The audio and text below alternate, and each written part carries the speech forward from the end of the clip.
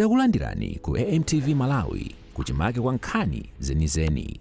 Ngati nkhani imeneyo kuno kulibe, dziwani kuti nkhani imeneyo ndi yabodza. Ndinabwera kuno kuti ndidzaone fokukhazi dandawo zambiri. Ndikupatseni funso. Ndipo munene chilungamo. Alipo apa amene anapereka ndalama extra, ndalama ya pamwamba kuti passport yake amupangire mwachangu. Aliyense amene ali ndi chidandaulo chimenecho mawa ali ndi chidandaulo chimenecho ali ndi evidence umboni okwanira kuti iye anaperekadi ndalamazo 8 o'clock mawa Capitol Hill mundipesi. Aliyense abwera ndi chidandaulo chakecho ndi umboni wakowo, ndipo ukabwera ine ndikuthandiza, ndipo ukanditchulira munthu amene unampasa ndalamayo pompo 5 minutes passport uchikatuli nayo kupita kuno.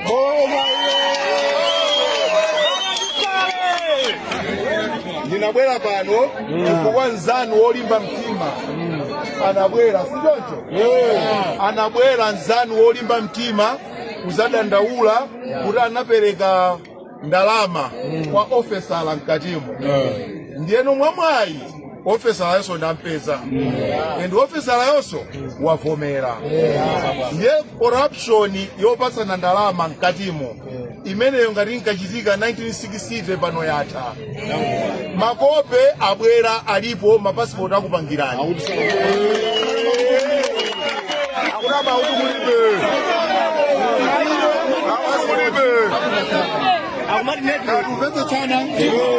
Ndikubwerezanso aliyense mukulimva uku, aliyense amene wapereka ndalama ya boma ya passport iyo ndikudzapereka ndalama ina yophatikizira. Panopa ndili ndi ma officers 20 amene alandira ndalama kwa wanthu. Ende kuyambira mawa mwadziwa. Iyo ndamenda mutani? Pakali pano azatha polisi amutani? Amutenga wapita ku polisi. Wavomera suti wakana ya. Ndikhalidwe lolakwika. Ndikizanete. Osayiwala kupanga subscribe ku channel ya AMTV Malawi.